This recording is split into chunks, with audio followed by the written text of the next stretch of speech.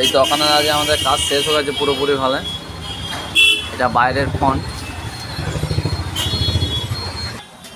আমাদের এইখানে সেলফের কাজ একটু বাকি ছিল, আজকে কমপ্লিট হয়ে গেছে। আর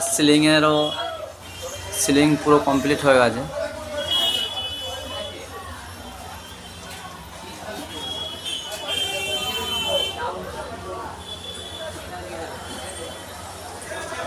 সিলিং পুরো কাজই শেষ, আমাদের এখানে ফিনিশ।